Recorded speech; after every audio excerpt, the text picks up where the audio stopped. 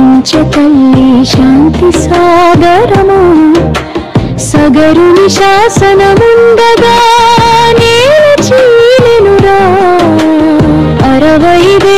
వీరులరుగులు పాతాళమేరా భూమికి భూమి తల్లి గర్భం శోధించగా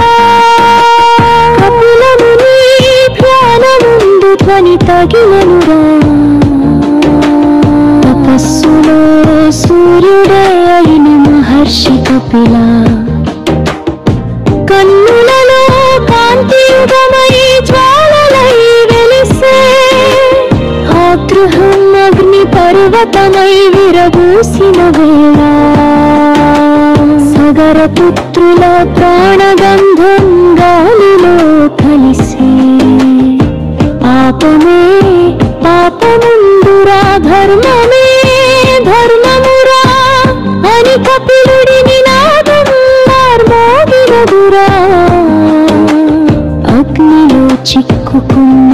ఆత్మలు విలపించగా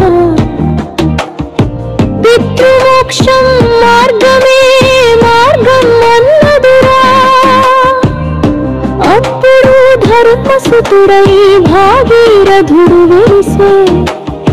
పితృవేదన గుండెలో కరిగి నిబద్ధత వెలిగే హిమశిఖరాలు నిశ్శబ్దాన్ని తపమై పట్టి అన్ని వేదముల గానమై శ్వాసలై నిలిచే బ్రహ్మలోక మందిరంలో వేదన చేరిన వేళ చతుర్ముఖుడి కరుణగిరి మేఘమై చిందే గంగా భూమికి దిగి మోక్షమందించాలి